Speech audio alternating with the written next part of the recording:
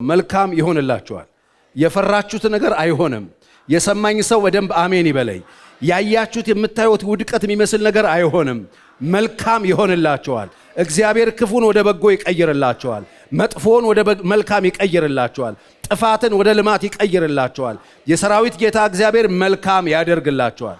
ጌታ የተመሰገነ ይሁን። በመጽሐፍ ቅዱሳችን በሰቆቃወ ኤርምያስ ምዕራፍ 5 ላይ ሄዳችሁ ስትመለከቱ በምዕራፍ 5 ላይ እንዴት አይነት መከራ እስራኤል ቤት ውስጥ እንደወደቀና መጨረሻ ላይ በጣም የሚያሳዝኑ ያ በጣም ሰላም፣ መልካምነት፣ ቸርነትን ያስፈልገው የነበረ ሕዝብ እንዴት እንደተራቆተ እንዴት የሚያሳዝን ችግር ውስጥ እንደወደቀ እኔ ስለ ኤርምያስ ስለ ሰቆቃወ ኤርምያስ ላስተምር አይደለም ግን ያለሁትኝ ሐሳቡን ሳነበው አሁን ካለንበት ሁኔታ ጋራ ምድሪቱም እኛም ካለንበት ሁኔታ ጋራ በጣም ማች ስላደረገልኝ እሱን ላንብብላችሁና ከዛ ላይ የምፈልገውን አንድ ጥቅስ እንደ ርዕስ ስለወሰድኩት እሱን እናነባለን። ምዕራፍ 5 አቤቱ የሆነብንን አስብ ተመልከት፣ ስድባችንንም እይ። ርስታችን ለእንግዶች ለቤቶቻችንም ለሌሎች ሆኑ። ድሃ አደጎችና አባት የሌለን ሆነናል። እናቶቻችን እንደ መበለቶች ሆነዋል። ውሃችንን በብር ጠጣን፣ እንጨታችንን በዋጋ ገዛን። አሳዳጆቻችን በአንገታችን ላይ ናቸው። እኛ ደክመናል፣ እረፍትም የለንም። ለግብፃውያን ለአሦራውያን እንጀራ እንጠግብ ዘንድ እጅ ሰጠን። አባቶቻችን ኃጢአትን ሰሩ፣ ዛሬም የሉም። እኛ በደላቸውን ተሸከምን። ባሪያዎች ሰልጥነውብናል፣ ከእጃቸው የሚታደገን የለም። ባሪያዎች ሰልጥነውብናል፣ ከእጃቸው የሚታደገን የለም። ከምድረ በዳ ሰይፍ የተነሳ በሕይወታችን እንጀራችንን እናመጣለን። ከሚቃጠል ከረሃብ ትኩሳት የተነሳ ቁርበታችን እንደ መደጃ ጠቆረ። በጽዮን ሴቶችን በይሁዳም ከተሞች ደናግል አጎሳቆሉ። አለቆች በእጃችን ተሰቀሉ። የሽማግሌዎች ፊት አልታፈረም። ጎልማሶችም ወፍጮን ተሸከሙ። ልጆችም ከእንጨት በታች ተሰናከሉ። ሽማግሌዎችም ከአደባባይ፣ ጎልማሶችም ከበገናቸው ተሻሩ። የልባችን ደስታ ቀርቷል፣ ዘፈናችን ወደ ለቅሶ ተለውጧል። አክሊልም ከራሳችን ወድቋል። ኃጢአት ሰርተናልና ወየውልን።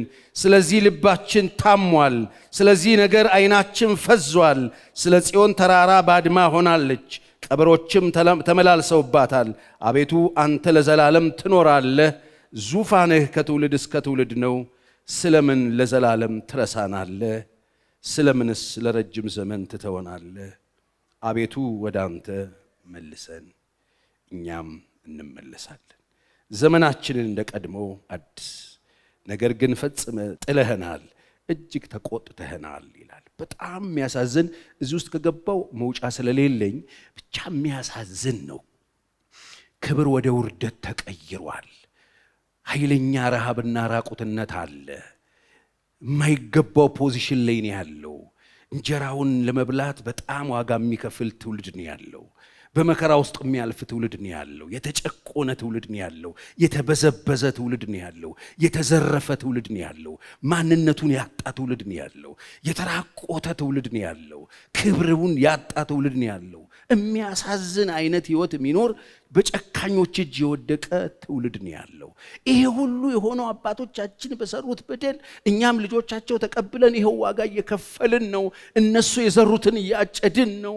ይሄው እንደዚህ ሆነናል። ግን አንተ የለህም እንዴ?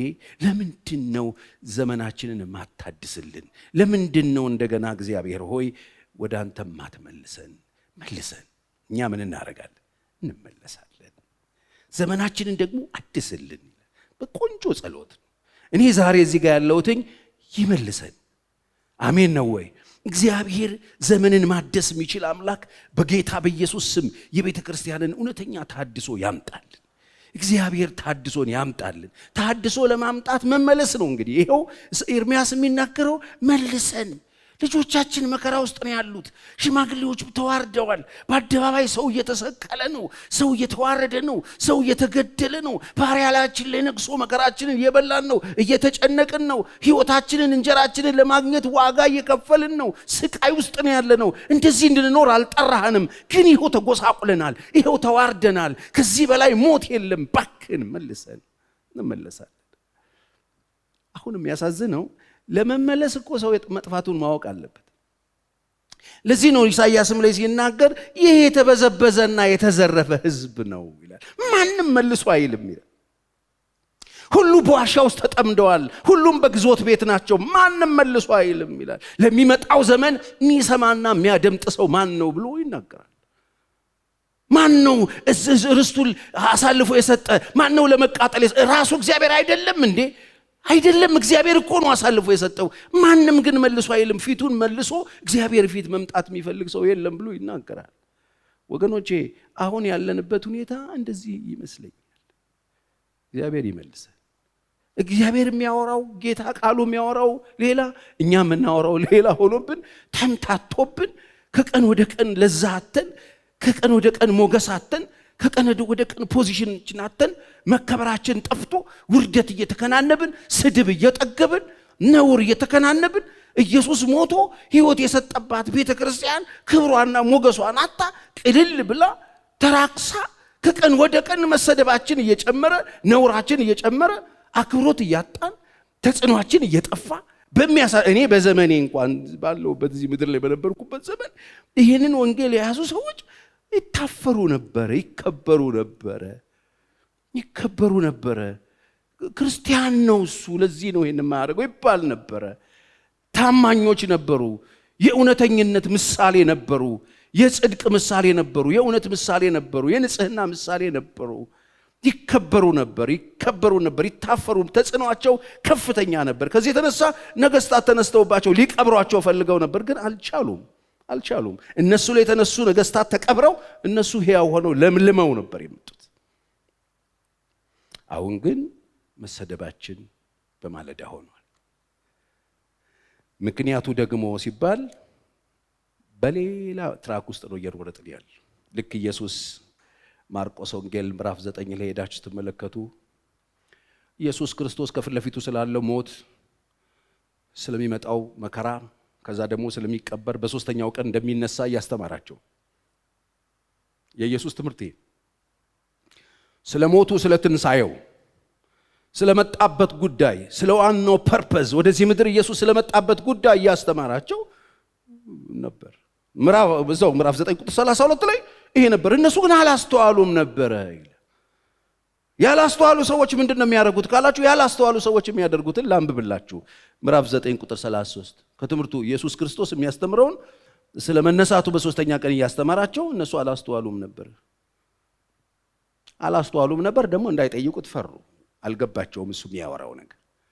እነሱ ለምንድን ነው ያልገባቸው ካላችሁ፣ ብዙ ነገር የማይገባን ልባችን ውስጥ ሌላ ነገር ካለን ወደ ቤተክርስቲያን ስንመጣ እዚህ ጋር የሚነገር የእግዚአብሔር ቃል ካልገባን ቀድሞ የገባብን ነገር አለ ማለት ነው።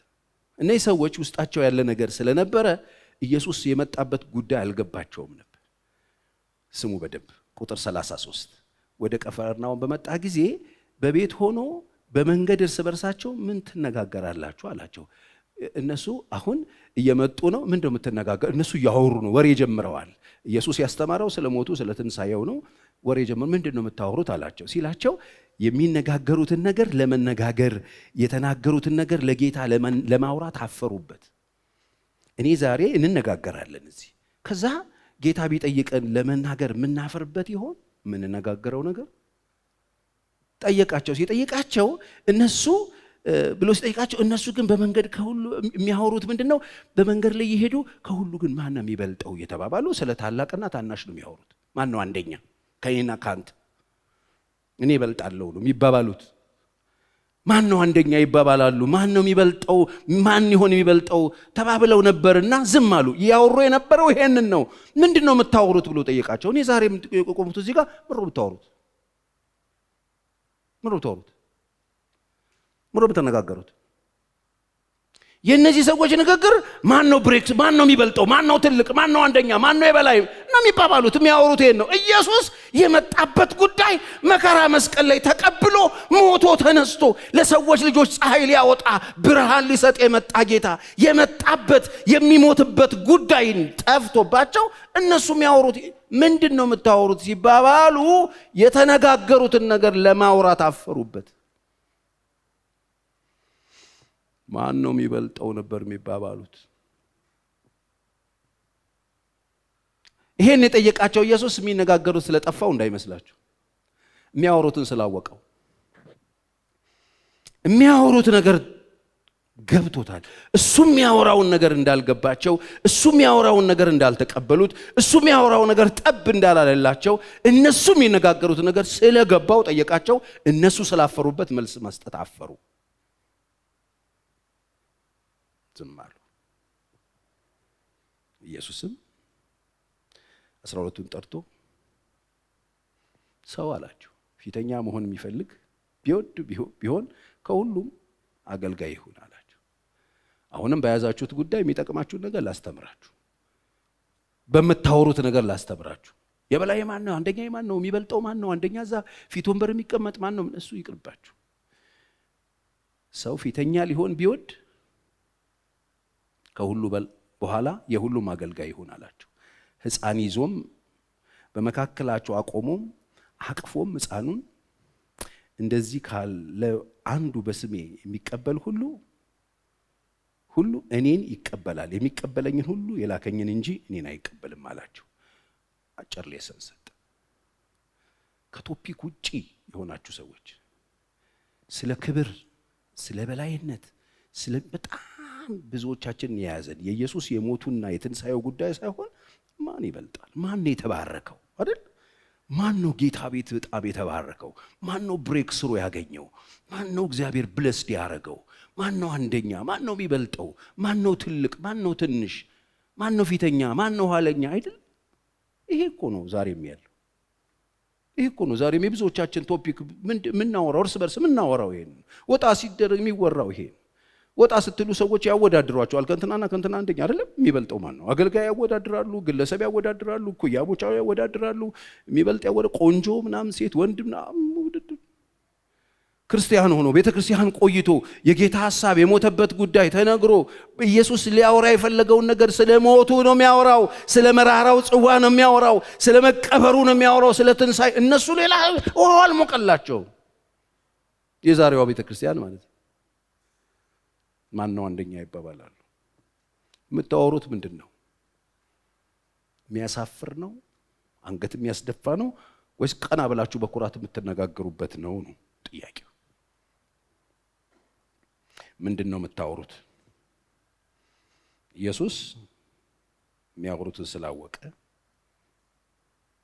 የሰው ልብ ሐሳብ ስለሚገባው ለዚህ በጣም ጤናማ የሆነ ፈውስ ሰጣቸው። የሰጣቸው ፈውስ በቀጣይነት የሚኖሩበት ወሳኝ የሆኑ የህይወት ቱሎች ሰጣቸው። እዚህ ነገር ውስጥ የከተታቸው ምን እንደሆነ ደቀ መዝሙር እንዲሆኑ ነው እሱ የመጣ። የሱ ተከታዮች እንዲሆኑ ኢየሱስ መጥቶ ማንንም ለመብለጥ ሲሯሯጥ አታዩት። ለመብለጥ ሲሯሯጥ አታዩት። የሚያንሰው ዮሐንስ እግር ስር ሄዶ ሰሚት ሳይረግ ታገኙታላችሁ። የእግዚአብሔር ልጅ ሆኖ የእግዚአብሔር ልጅ ሆኖ አምላክ ሆኖ ወደዚህ ምድር የወረደው የሰው ልጅ ሆኖ በስጋ የተገለጠው ክርስቶስ ሰው ለመብለጥ ሲሯሯጥ አታገኙት። በጣም ትሁት ነው። ለዚህ ነው ሁላችሁም ወደ እኔ ኑዋል፣ እኔ በልቤ ምንድን ነኝ? ትሁት። እኔ የዋህ በልቤም ትሁት ነኝ፣ ሁላችሁም ከኔ ተማሩ ያለው ጌታ ይሄ ኢየሱስ ይሄ። ስለዚህ ደቀ መዝሙር እንድንሆን ነው ወገኖቼ። ጌታን እኮ እየተከተሉት ነው፣ አብረውት እኮ እየተማሩ ነው። የደቀ መዝሙርነት ህይወት የትህትና ህይወት ነው እኮ ያላቸው። አመጣና ሕፃን አመጣና አቀፈውና እያስተማራቸው የበላይ ከሆነ መሆን የሚፈልግ የበታችውን የሁሉ በላይ የሚሆን አገልጋይ ይሁን ዝቅ ይበል ምናምን ብሎ ትህትና ነው የደቀ መዝሙርነት ህይወት። የትህትና ህይወት እንጂ የውድድር ህይወት አይደለም። የውድድር ህይወት አይደለም። ስለዚህ እውነተኛ የትህትና ህይወት ደቀ መዝሙር እየሆኑ ያሉ ሰዎች አንዱ ማሳያ ትህትና ነው። ትሁት ሰዎች ካያችሁ፣ ትህትናቸው የሚገለጥ ሰዎች ካያችሁ አንዱ የደቀ መዝሙር የሆነ ሰው ህይወት መገለጫ ነው ትሁትነት። የበላይ ለመሆን አንደኛ ለመሆን ወንበር ለመያዝ ፊት ለመቀመጥ ትልቅ ለመምሰል የሚደረጉ ጥረቶች ሁሉ ፉርሽ ናቸው። የትምህርቱ ሐሳብ ሰው ሳይገባው ሲቀር የሚፈጥረው ችግር ነው። በህይወት ውስጥ የሚከሰት በሽታ ነው። ስለዚህ ኢየሱስ የትህትና ህይወት ይሄ ነው፣ ዝቅ ብሎ ማገልገል ነው አላቸው። ወገኖች ትህትና የከፍታችን ምንጭ። ከፍ ማለት ትፈልጋላችሁ? በቃ የከፍታ ምንጭ ትህትና ነው። እስቲ በሉት ጮክ በሉና በቃ ከፍታ ነው የምትፈልጉት? አዎ እኔ ከፍ ማለት ነው የምፈልገው፣ እኔ ማደግ ነው የምፈልገው አላችሁ። እግዚአብሔር ቤት መጣችሁ። ይሄ እውነት መጽሐፍ ቅዱስ በፊታችሁ ተከፍቶ ከሆነ ትህትና ነው ከፍታ። የከፍታ ምንጩ ትህትና ነው። ትህትናን አሽቀንጥራችሁ ጥላችሁ የበላይ የምትጫወቱ ሌላውን አሽከር እናንተ ጌታ፣ ሌላውን ትንሽ እናንተ ትልቅ፣ ሌላውን ባሪያ እናንተ ንጉሥ የመሆን አባዜ ከሆነ ያለባችሁ ገና ዞረም እሱ በሄደበት አልሄዳችሁ። እውነተኛ የደቀ መዝሙር ህይወት መለማመድ ሰው ጀመረ ማለት የትህትና ህይወት ተለማመደ ማለት ነው። ዝቅ ብሎ ሰዎችን ሰርቭ ለማድረግ ትሪት ለማድረግ ፈቃደኛ ነው ማለት ነው። ስለዚህ ይሄ ዋና የሆነ የእድገታችን ጠር፣ የቤተ ክርስቲያን ጠር፣ የክርስትናችን ጠር፣ የደቀ መዝሙርነታችን ጠር የሆነ በሽታ የሆነ ማነቆ የሆነ ችግር የሆነ ነገር ምንድነው ከተባለ የዚህ ትህትና። እንግዲህ ትህትና የከፍታችን ምንጭ ነው ብያቸዋለሁ። ከፍ ለማለት የምንፈልግ ከሆነ ትህትና ማነቅና መያዝ አለብን። የዚህ የትህትናችን የእድገታችን የደቀ መዝሙርነታችን ጌታን የመከተላችን ጠላትና ጠር የሆነብን። አስቡ፣ ጌታን እየተከተሉ ኢየሱስ የሚያስተምረው ሌላ፣ እነሱ ሩት ሌላ እንዲሆንባቸው ያደረገ ነገር ምንድነው ካላችሁኝ፣ የትህትና እጥረት ነው። የትህትና እጦት ነው። ኢየሱስ መጥቶ ትህትና የሚባል ትምህርትን ያስተማራቸው የበላይ መሆን ከፈለጋችሁ የበታችሁ ነው ብሎ። ስለዚህ የትህትና ጠር የሆኑ 4 ነገሮች በፍጥነት ልንገራችሁ። አንደኛ የትህትናችን ማነቆ፣ የትህትናችን እንቅፋት የሆነ ነገር ትዕቢት ይባላል። ትህትናን የመጀመሪያው ማነቆ ትዕቢት ነው። ትዕቢት በጣም ብዙ ነገር ነው የሚያበላሸው። ብዙ ነገር ነው የሚያበላሸው። ዛሬ እንደኔ ቆሞ እንዲሁም በልዩ ልዩ ስፍራ ላይ ዕውቀት አግኝቻለሁ፣ መረጃ አግኝቻለሁ፣ የሆነ ነገር ገብቶኛል ብሎ የሚያስተምር ሰው ትህትና በጎደለው ሁኔታ ከሆነ የሚንቀባረረው የሱ ትህትና መጉደል መማሩና በትክክል ለማስተማር መውጣቱ ችግር ሆኖበታል ማለት ነው። ስለዚህ የተማረ ሰው ሲያስተምር ትህትና እንቅፋት ከሆነበት፣ ትዕቢት በህይወት ውስጥ ከመጣበት ችግር ነው። ስለዚህ የሚያውቁ ሰዎች ዕውቀታቸውን በትህትና ለማያውቁ ሰዎች መስጠት አለባቸው። ስለዚህ እናስተምራለን የሚሉ ሰዎች በማስተማራቸው ትህትና ሊያሳዩ ያስፈልጋል። ኢየሱስ በጣም ትሁት ነው። እኔ የዋህ ነኝ፣ በልቤ ምንድን ነኝ? ትሁት ነኝ። እንዴት አድርጎ ነው እንዳስተማረ ሂዱና ከሱ ተማሩ። እንዴት እንደሚያስተምር ጌታ፣ እንዴት ልቡ ሰፊ እንደሆነ ጌታ ሲያስተምር እንዴት እንደሚያስተምር።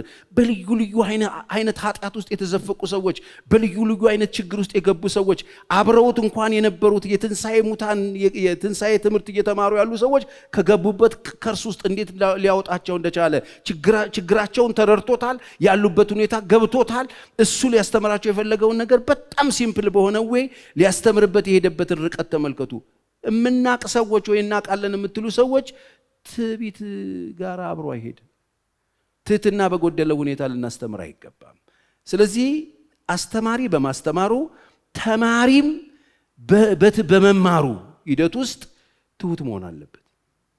ትንሽ ነገር ሰው ሲማር፣ ትንሽ ነገር ሲያቅ ሽቅብ ልበል የሚል ማት ሞልቷል። እውነት ውሸት? ትንሽ ሲማሩ ሰዎች ሲያፈሉ ቤተክርስቲያን ይታያል። ትንሽ ነገር ሄደው ኮሌጅ የሆነች ነገር ሲይዙ ቀይ እስክሪብቶና ወረቀት ይዘው ነው የሚመጡት ቤተክርስቲያን። ኤክስራይት ለመስጠት በጣም ሲቸገሩ እናያለን። ስለዚህ ተማሪም በመማሩ ትህትና ሊያሳይ ይገባል። በቃ ሰው ተማረ የሚባለው ትህትና ካሳየ ነው። በደንብ ስሙኝ። አሁን በጣም አስተማሪ ነው የምትሉ ሰው ትህትና ከጎደለው አስተማሪ አይደለም፣ አልገባውም።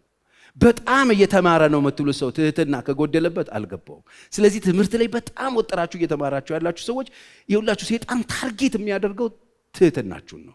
ትህትናችሁን ከመታው፣ ከማንም እንዳትማሩ ከከለከላችሁ፣ ከማንም እንዳትሰሙ ከከለከላችሁ፣ ከትንንሾች ጋር እንዳትውሉ ከከለከላችሁ፣ ዝቅ ብላችሁ ሰዎችን እንዳትሰሙ ከከለከላችሁ፣ ሰዎችን ልትረዱ የሚገባበትን ልብ ካጠፋባችሁ ትምህርቱ ገሏችኋል። ስንማር በትህትና መማር አለብን። ስናገለግል የምናገለግል ሰዎች ምንም አይነት ጸጋ ቢገለጥልን፣ ምንም አይነት ብርሃን ቢኖረን፣ ምንም አይነት የእውቀት ስጦታ ብናገኝ፣ ምንም አይነት የእግዚአብሔር ጸጋ በሕይወታችን ሲገለጥ፣ ምንም አይነት ስምና ዝና ክብር ስናገኝ፣ ምንም አይነት እውቅና ብናገኝ፣ ምንም አይነት የእግዚአብሔር ቃል ስንናገር እንደ እሳት ነበልባል ካፋችን ቢወጣ በትህትና ማናቀርበው ከሆነ ፉልሽ። አንዱ የትህትና እንቅፋት ትዕቢት ነው። እግዚአብሔር ትዕቢትን ከሕይወታችን ያውጣልን። ለዚህ ነው መጽሐፍ ሲናገር ወደ እግዚአብሔር ቅረቡ እርሱም ወደ እናንተ ይቀርባል አይልም? ለትሑታን ጸጋን ይሰጣል። ትዕቢተኞችን ግን ምን ያደርጋቸው? እመኑኝ፣ በጣም ጎበዝ አስተማሪ ሆኖ ትዕቢተኛ ከሆነ እንደ ሰይጣን እግዚአብሔር ይቃወመዋል። በጣም ጎበዝ ተማሪ ከሆነ ትዕቢተኛ ከሆነ እንደ ሰይጣን ነው መጽሐፍ ነው የሚለው። ያዕቆብ በመልእክቱ ያስቀመጠው ይሄን። ትዕቢተኞችን እግዚአብሔር ምን ያደርጋል? ይቃወም። ምንድነው የትዕቢተኞች መገለጫ?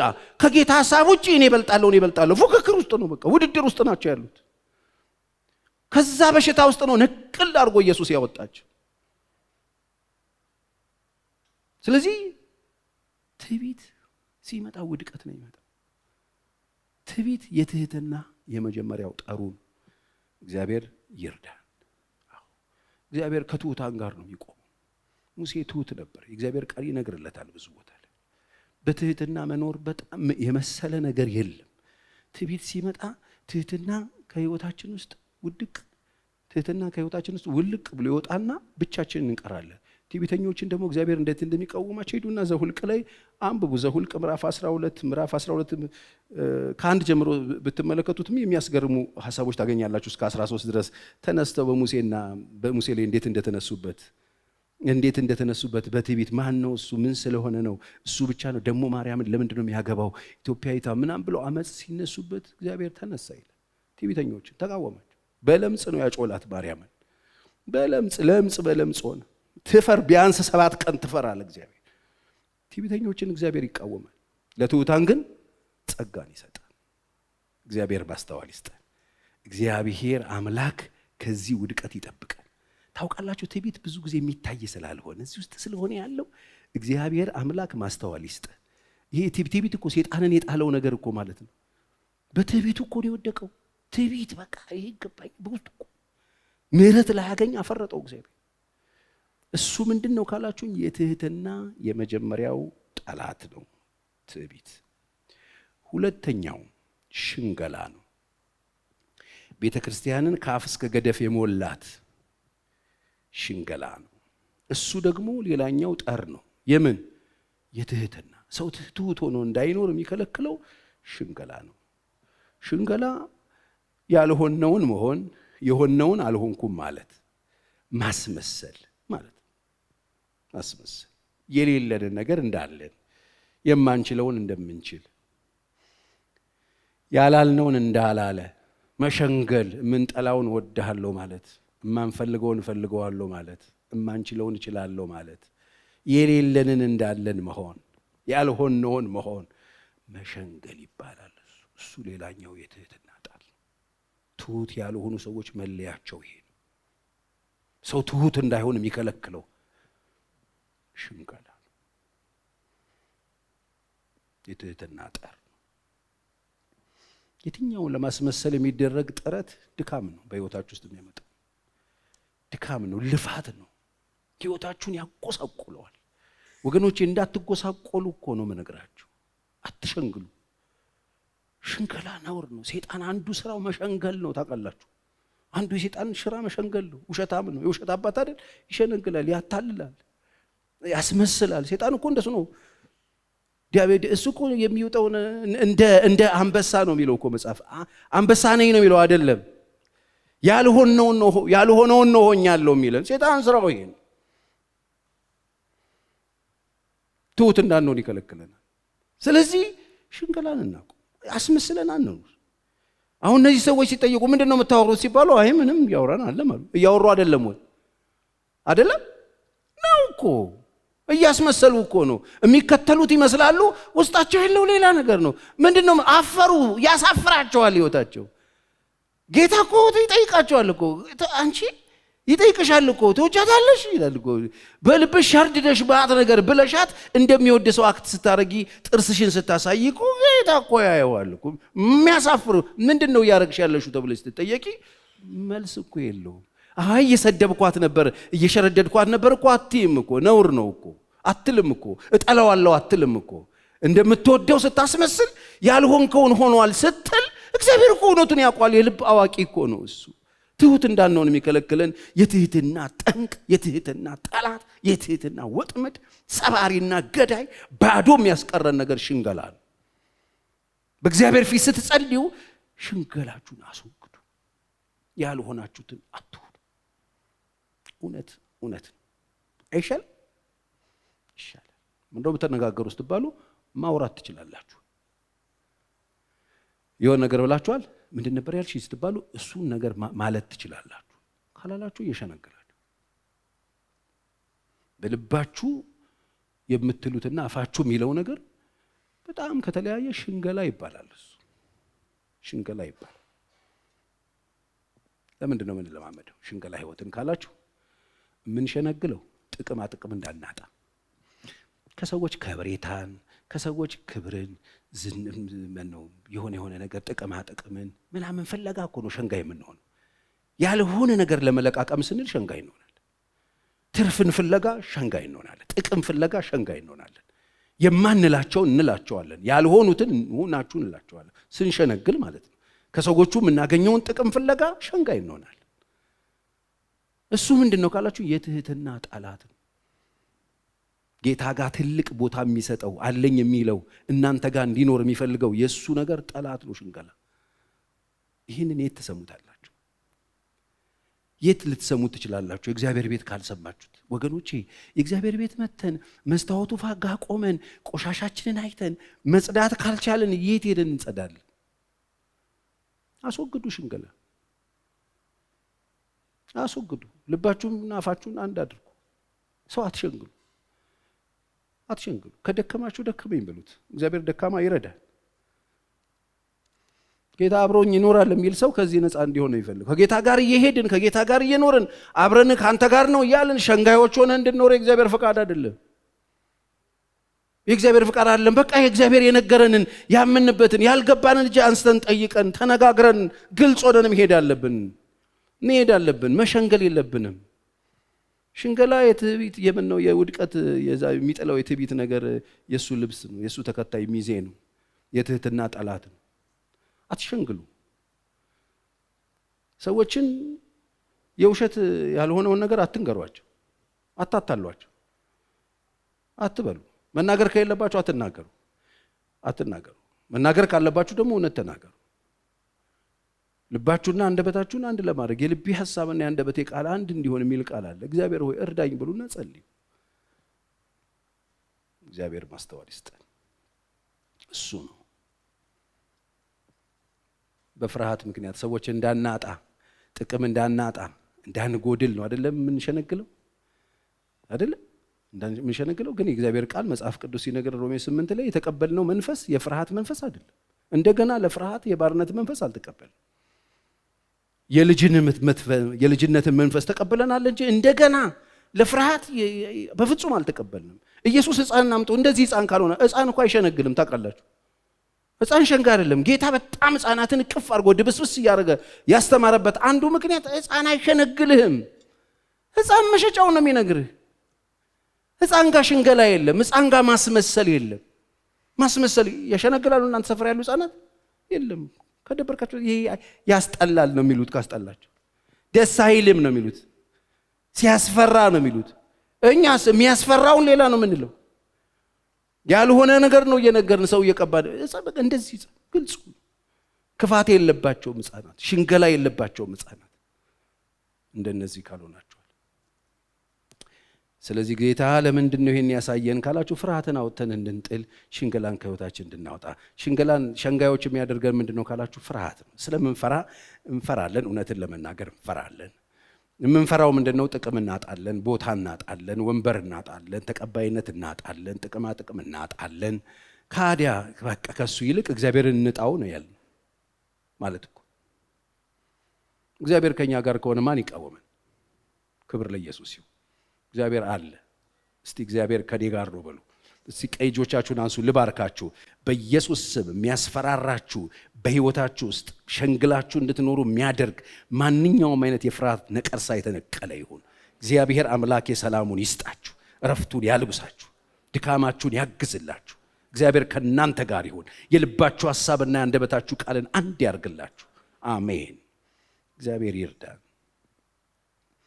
ስለዚህ እግዚአብሔር መንፈስ አለ። ከሽንገላ ውጡ። ድካማችሁን ማገዝ የሚችል በህይወታችን ኃይለኛ ድካም ውስጥ ስንገባ ነው የምንሸነግለው። ስለዚህ ከእግዚአብሔር ቃል ጋር ተጣበቁ። ሮሜ 8:36 እንግዲህ ልጁ አርነት ቢያወጣችሁ በእውነት አርነት ትወጣላችሁ ይላል። ጌታ አርነት ካወጣችሁ ሌላ ቀንበር አይያዛችሁ፣ አትታሰሩ። ሮሜ 8:15 ፍርሃት መንፈስ አልተቀበልንም ይላል። ሮሜ 8:26 እንዲሁም ደግሞ መንፈስ ድካማችንን ያግዛል። ቢደክማችሁ እንኳን ያግዛችኋል። እንዴት እንድንጸልይ እንደሚገባ እናውቅም፣ ነገር ግን መንፈስ ራሱ በማይነገር መቃተት ምን ያደርጋል? ይማልድልናል። ስለዚህ መንፈስ ተሰጥቶናል። እንዳትፈሩ እግዚአብሔር መንፈሱን ሰጥቷችኋል። እንዳትሸነግሉ እግዚአብሔር መንፈሱን ሰጥቷችኋል። የእግዚአብሔር መንፈስ የሰጣችሁ እኮ እግዚአብሔር ከእናንተ ጋር እንዲሆን ነው። እንዳትሸነግሉ፣ እንዴት እንድትጸልዩ፣ እንዴት እንድትወጡ፣ እንዴት እንድትገቡ የሚያስተምር ነው የእግዚአብሔር መንፈስ። ሶስተኛ የትህትና ጠንቅ ሌሎችን ለመምሰል የሚደረግ አካሄድ፣ ጥረት። ከዚህ በፊት በልዩ ልዩ ጊዜ ይህንን ሐሳብ አንስቼዋለሁ። መስሎ መገኘት፣ መምሰል። ሰው ቤተክርስቲያን መተን እከሌን መምሰል፣ ቤተክርስቲያን መተን መመሳሰል አይደለ? አንዱ አንዱን ለመምሰል መሮጥ፣ ፉክክር። የተጠራችሁት ሮሜ 8:29 ሂዱና አንብቡ። ልጁ በብዙ ወንድሞቹ መካከል በኩር ይሆን ዘንድ አስቀድሞ ያወቃቸው የልጁን መልክ እንዲመስሉ ወስኗል ነው የተባለው። የተጠራችሁት ማንንም ብትመስሉ አይደል? ማንንም በስራ ባካሄድ፣ ባወጣጥ፣ ባገባብ፣ ባገልግሎት፣ በኑሮ በላይፍ ስታይል ማንንም እንድትመስሉ እግዚአብሔር አልጠራችሁ። አንዱ የትህትና እንቅፋት መምሰል፣ ለመምሰል መሄድ፣ ሰውን ለመምሰል መሮጥ፣ መሯሯጥ። እንዴ ልዩ ልዩ አድርጎ እኮ ነው እግዚአብሔር የፈጠረን። አንዲት ቤተክርስቲያን እንኳን የምናገለግል ቢሆን፣ ለአንዱ አካል እንኳን ተጠርተን ቢሆን ልዩ ልዩ ነው እኮ ሰውነታችን ላይ ያለው ብልት ልዩ ልዩ ነን እኮ። አንዳችን ለመምሰል መሯሯጥ የለብንም። እናንተ ወንበር ላይ ደግሞ ቁጭ ብላችሁ ሰው ለማመሳሰል የምታወዳድሩ ሰዎች ሊሆን አይመጣውም፣ በፍጹም አይሆንም። እንደ ባርኮድ ነው። እኔ ባለፈው ተናግሬ ያለው ባርኮድ አይታችሁ ከሆነ አሁን አስራት ምናምን የምትከፍሉበት መባ ምናምን የምትሰጡበት ባርኮድ የሁሉም ሆቴል ምናምን ባርኮድ ተመሳሳይ ነው ይመስል፣ አንዱን ግን አይከፍተው። የህይወት ላይ መስመር ነው። የእያንዳንዳችን የህይወት መስመር ይለያያል፣ አንድ አይደለንም። እግዚአብሔር ማንንም ጠርቶ እንደ ሳሙና እየከረከመ እንደ ጽድ እየከረከመ አንድ አይነት አያረገንም። ይህንን እወቁ። ቤተ ክርስቲያን መወዳደሪያ የሩጫ ትራክ አይደለችም። አትመሳሰሉ፣ ራሳችሁን ሁኑ። ቤተ ክርስቲያን ከመጣችሁ በኋላ ልጁ በእናንተ ሁኔታ ነው የሚገለጠው። ማንንም ለመምሰል ጥረት አቁሙ። ባለባበስ ቢሆን፣ ባካሄድ ቢሆን፣ ባስተሳሰብ ቢሆን፣ በመረዳት ቢሆን፣ በመውጣት ቢሆን፣ በመግባት ቢሆን፣ በላይፍ ስታይል ቢሆን፣ በእያንዳንዱ ነገር ራሳችሁን ሁኑ። አንዱ ትልቁ መከራ የትህትና ጠላት ሰው መጥቶ የሆነ ሰውዬን መስሎ። እኔ እንኳን በህይወት በዚህ አገልግሎት ዘመን ያየኋቸው በጣም ብዙ ትታቸው የነበሩ ቅሽቅሽ ይሉ እሳቱን በጣም አገልግሎቱን በጣም ይፈልጉ የነበሩ ሰዎች፣ እነዛ ሰዎች የጸለይንላቸው ጉባኤ ውስጥ የነበሩ ሰዎች ሲሮጡ መጥተው እነዛን ኮት የለበሱት እነዛ መጽሐፍ ቅዱስና ፎጣ ያዙትን ሰዎች ደገሟቸው። አሁን እኔ ማማንን ይመስላል ብትሉኝ ሕያው እግዚአብሔር ምስክሬ አወጣቸዋል። ማማንን እያየ ይሄ ሰውዬ እንደተፈጠረ ነግራችሁ በዚህ 20-30 ዓመት የተነሱ አገልጋዮችን ብታመጡልኝ ማማንን እንዲመስል ማማንን መስሎ እንደወጣ ነግራችኋል። እድገታቸው እዛ ጋር ነው የሚቆመው። እነዛ ያዩዋቸውን አገልጋዮች የሚመስል ነገር አደረጉ። እነሱ የሚነዱትን መኪና ነዱ። እነሱ የሚያረጉትን አይነት አረጉና ጨረሱ። ሌላ የለም በቃ። ከዛ በላይ ሄዱ። ማንንም አትምሰሉ። እሱ የትህትና ጠር ነው። በቃ የጨረሳችሁ ይመስላችኋል። ክርስትና ግራጁዌት ያደረጋችሁ ይመስላችኋል። ክርስትናንም አገልግሎትንም ያጠናቀቃችሁ ይመስላችኋል። እግዚአብሔር በእናንተ ሕይወት ሊሰራ የመጣውን ነገር እንዲያቆም ታረጉታላችሁ። ትወድቃላችሁ። ትዕቢት ይጥላችኋል።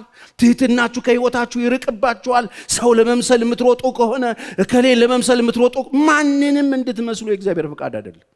አንድዬን የተቀመጠለት ሁላችንም በእኛ ሁኔታ ወደ እርሱ ነው የምንሮጠው። ማንንም ለመምሰል አንሮጥ። ለዚህ ነው አንዳንድ ሰዎች ያመጡና እከሌና እከሌን ነው የሚያመሳሰል። እከሌ እኔ ከማንም ጋር ልታወዳድረኝ አልችልም። ከማንም ጋር አልመሳሰልም። ልመስልም አልፈልግም። አንዳንድ ሰው እንደምንም አጠጋግቶ ሊያመሳስለኝ አልመስልም። እኔ ራሴን ነው መስል። በእኔ ህይወት መስመር ይሄድ የለ። ብቸኛ ሰው እኔ ነኝ። በእኔ ህይወት የሄድኩት አሻራዬም የራሴ ነው። የኔ አይነት አሻራ ያለው ዓለም ላይ የለም። ያንቺ አይነት አሻራ ያለው ዓለም ላይ የለም። አሁን ትልቁ ፈተናና ችግር ይሄድ የቤተክርስቲያን ችግር፣ የትዳር ችግር። ባል ይመጣና ሚስቱን ከጓደኛው ሚስት ጋር ያመሳስላት። ሚስት መጣና ከእንትና ባል ጋር አታመሳስሉ። ራሳቸውን ነው ሰዎች እንዲሆኑ መደረግ። ቤተክርስቲያን ስትመጡ ራሳችሁን ነው የምትሆኑት። በራሳችሁ ሁኔታ ኢየሱስን ለመምሰል ትማራላችሁ። አሜን በሉ። በቃ ማንንም እንዲመስል አልተጠራ። ለመምሰል እንዳትጥሩ። አንዱ ጠላታችን እሱ ነው። መስሎ መገኘት የመንፈሳዊ ነገር ጠር፣ የመንፈሳዊ ህይወት ጠላት፣ የመንፈሳዊ ነቀርሳ መምሰል። አልሆንንማ፣ አይደለንማ። ልንመስል እንችላለን፣ ልብሱን እንገዛዋለን፣ ስታይሉን እንቆረጠዋለን፣ የዛን አይነት ስታይል ልንከተል እንችላለን። ግን አይደለንም። አንዱን ባርኮድ ከአንዱ ባርኮድ ጋር በምንም ታምር አንድ ሊሆን አይችልም። የሆነ ሆቴል የበላችሁበትን ባርኮድ የሆነ ሆቴል ሄዳችሁ ልትከፍሉበት አትችሉ። እዛ ደግሞ ሌላ ግን ይመሳሰል። በሰውነታችን አንድ ነን፣ ምንም ሰው ነን ሁላችን። ባርኮዳችን ግን ይለያያል። የአንዱ አሻራ ከአንዱ አሻራ ጋር አይገናኝም። ለምንድን ነው እግዚአብሔር እንደዚህ ያለያየ? ለምን ይመስላችኋል? ለምንድን ነው ታዲያ አንድ አይነት ያላረገን? ቢ29 ሳሙናን ብታመጣው ቢ29 ከቢ29 ነው። ላዩ ላይ የሚያሽጉበት ማሸጊያው ባርኮዱ ሊለያይ ይችላል። ሳሙናው ግን ሳሙና ነው፣ አንድ አይነት ናቸው። እኛ ግን እንደሱ አይደለን። ይሄ አሻራችን አንዳችን ከአንዳችን አይገናኝም። ዓለም ላይ ያለው 7-8 ቢሊዮን ህዝብ አምጣ አንድ አይደለም።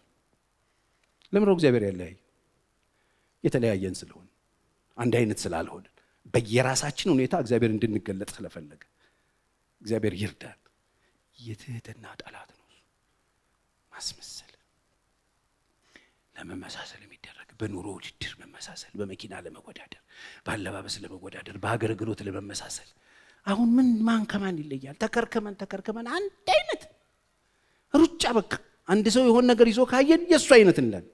እንዲህ ለምን የራስ አይነት አታረግ? የሱ አይነት። በብዙ ነገራችን ተለክፈናል። እግዚአብሔር እንደዚህ እንድንሆን እንዲጠራል ይመስላችኋል? እግዚአብሔር እናንተ ስትመስሉ ልትሆኑ የተፈለገው ነገር ይጠፋ። የመንፈሳዊ ነገር ጠላት፣ የእግዚአብሔር ፕላን ጠላት፣ የእግዚአብሔር ፕሮግራም ጠላት ትሆናላችሁ። ለምን መሰላችሁና ቁጭ አላችሁ? እግዚአብሔር ከመምሰል ያውጣችሁ፣ መሆንን ይስጣችሁ። ዞር በሉና እግዚአብሔር እንድትመስል ሳይሆን እንድትሆን ተጠርተሃል በሉት።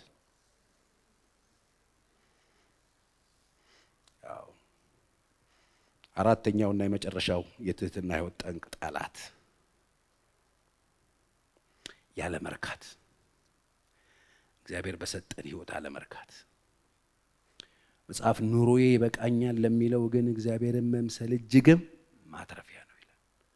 ሰዎች አልበቃኝም እግዚአብሔር ባደረገላቸው ነገር መደሰት ሲያቆሙ፣ ኑሮ በቃኝ ማለት ሲያቆሙ፣ ፊልጵስዩስ 4:11ም ይህን ስለ ጉድለት አልልም የምኖረው ኑሮዬ ይበቃኛል ማለትን ተምሬያለሁ አለ። ማግኘትን፣ ማጣትን፣ መሙላትን፣ መጉደልን፣ ከፍታን፣ ዝቅታን ሁሉንም አውቃለሁ። ኃይልን በሚሰጠኝ በክርስቶስ ሁሉን እችላለሁ አለ። ክብር ለኢየሱስ ይሁን። ይሄውላችሁ ኑሮ ይበቃኛል ማለትን መልመድ አለብን። እግዚአብሔር የተመሰገነ ይሁን። ይሄንን ስንለምድ በህይወታችን ውስጥ ትህትና መላበስ እንጀምራለን። ትሁታን መሆን እንችላለን። ግን ሁልጊዜ ጎዶሎነት፣ ሁልጊዜ በቃኝ ማናቅ፣ ሁልጊዜ ማንጠራቃ፣ እግዚአብሔርን ማናመሰግን፣ ሁልጊዜ በጉለት የምንኖር፣ እግዚአብሔር ያደረገልን ነገር የምንረሳ፣ የምንዘነጋ፣ የሆነልን ነገር ባዶ እያደረገን የምናስብ፣ የተሰጠንን ሁሉ በዜሮ የምናጣፋ፣ ባዶነት የሚሰማን፣ የተደረገልን የማይታየን ሰዎች ከሆንን ትህትና የለን። በእግዚአብሔር ፊት ለመንበርከክ እንቸገራለን፣ ለማመስገን እንቸገራለን፣ ዝቅ ብለን ለማገልገል እንቸገራለን። ምን አድርጎልኝ የሚሉ ሰዎች አላያቸው? ምን ስላደረገልኝ፣ ምን ስለሆነ፣ እኔን ምን አድርጎልኝ ምናምን የሚሉ ሰዎች አሉ። በጣም የሚዘገኑ ሰዎች። ይሄ ምን አድርጎልኝ ምናምን የሚሉት ይሄ እጅ ራሱ ኬት እንደመጣ ቢጠፋባቸው፣ ምን አድርጎልኝ ብሎ የሚናገሩበት አንደበት ራሱ ረክሶባቸዋል፣ ማይታያቸው። ታውቃላችሁ እጃቸው ላይ ያለው ነገር በጣም ትልቅ እንደሆነ። አንድ ትልቅ ቢሊየነር ሰው ሰሞኑን ታሞ ከሰው ጋር ላየው ሄጄ ምን እንዳለ ታውቃላችሁ? ያለኝ ነገር ሁሉ ከኔ ቢጠፋና ጤናዬን እግዚአብሔር ቢመልስልኝ አለኝ። ለካ የአንድ ነገር ዋጋ የአንድ ነገር ትልቅነት የሚገባን ስናጣው ነው። ዋናችንም የሆነው ከእጃችን ሲወድቅ። እግር ዋና የሚሆንብህ እግር ስታጣ ነው። እጅ ዋና የሚሆንብህ እጅ ሲጠፋ ነው። አንደበት ዋና የሚሆንብህ አንደበት ሲያዝ ነው። ዓይንህ ዋና የሚሆንብህ ዓይንህ ሲጠፋ ነው። ጥርስ ዋና የሚሆንብህ ጥርስን ሲያምህ ነው። የኩላሊት ዋናነትም ስንቶቻችሁ ገብቷችኋል? ኩላሊት ዋና የሚሆነው ስታጣው። ወገኖቼ እግዚአብሔርን አመስግኑ፣ ቴንኪው በሉ። እጃችሁ ላይ ያለው ነገር ሲጠፋ ዋና ይሆናል። ያላችሁን ሁሉ ልትከፍሉበት ትንሰፈሰፉለታላችሁ።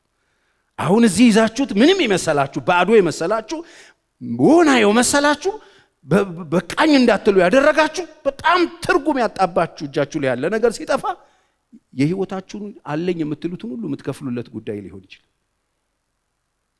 እግዚአብሔርን አመስግኑ።